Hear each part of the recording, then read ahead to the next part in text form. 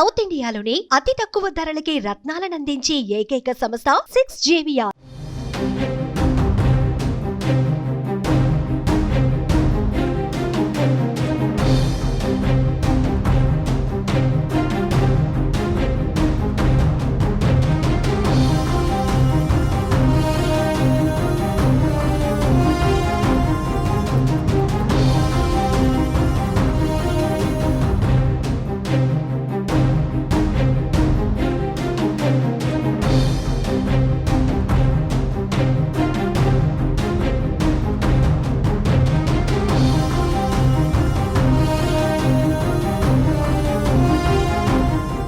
CM Jagan పై రాయిదాడి కేసులో కీలక పరిణామం చోటు చేసుకుంది. ఈ కేసులో కీలక ఆధారాన్ని సిట్ గుర్తించినట్టుగా సమాచారం అందుతోంది.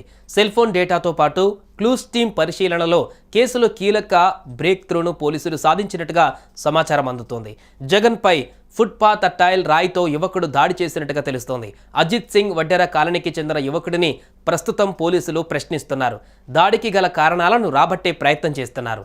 ఇక ఇవాళ సాయంత్రం లేదా రేపటికి కేసు ఛేదించే అవకాశం ఉన్నట్టుగా తెలుస్తోంది. విజయవాడలోని వైసీపీ అధినేత వైఎస్ జగన్పై రాయిదాడి కేసులో పోలీసులు పురోగతిని సాధించినట్టుగా తెలిసింది. ఈ కేసును విచారించేందుకు ప్రత్యేకంగా స్పెషల్ ఇన్వెస్టిగేషన్ టీంను ఏర్పాటు చేసిన సంగతి తెలిసిందే. సిట్ టీం అక్కడ పరిస్థితులను పరిశీలించి 5 అనుమానితులను అదుపులోకి తీసుకుని ప్రశ్నిస్తున్నట్లుగా సమాచారం. సీసీటీవీ ఫుటేజ్తో పాటు లోకల్గా సెల్ ఫోన్లలో చిత్రీకరించిన వీడియోల ఆధారంగా ఈ 5 అనుమానితులను అదుపులోకి తీసుకున్నారు. ఆ 5లో ఒకరు రాయి విసిరినట్టుగా పోలీసులు కనుగొన్నారని తెలిసింది.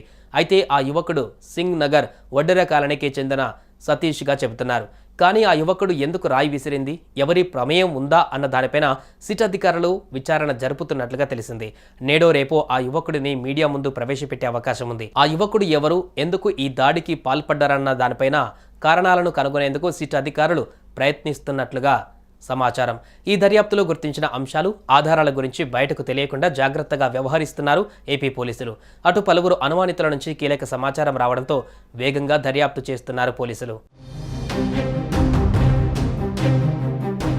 సుమన్ టీవీలో మీ పర్సనల్ అండ్ బిజినెస్ ప్రమోషన్స్ కోసం కింది నెంబర్కి కాంటాక్ట్ చేయండి.